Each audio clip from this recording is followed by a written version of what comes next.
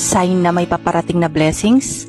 Yun ay kapag may tinatanggal sa'yo si Lord. Kasi baka hindi ka nakakatanggap ng blessings dahil wala ka ng space. Kapag may tinanggal si Lord, asahan mo, may ipapalit yan. At alam mo ba, yung mga ipinapalit niya, way much better kesa sa mga hinihingi natin. Mas maayos, mas sagana, mas marami, mas masaya.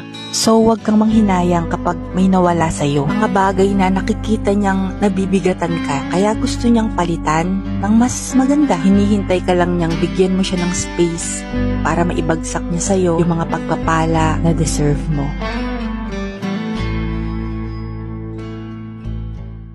Alala mo nung elementary ka pa? Pagkagaling sa school, naglalaro ka kaagad.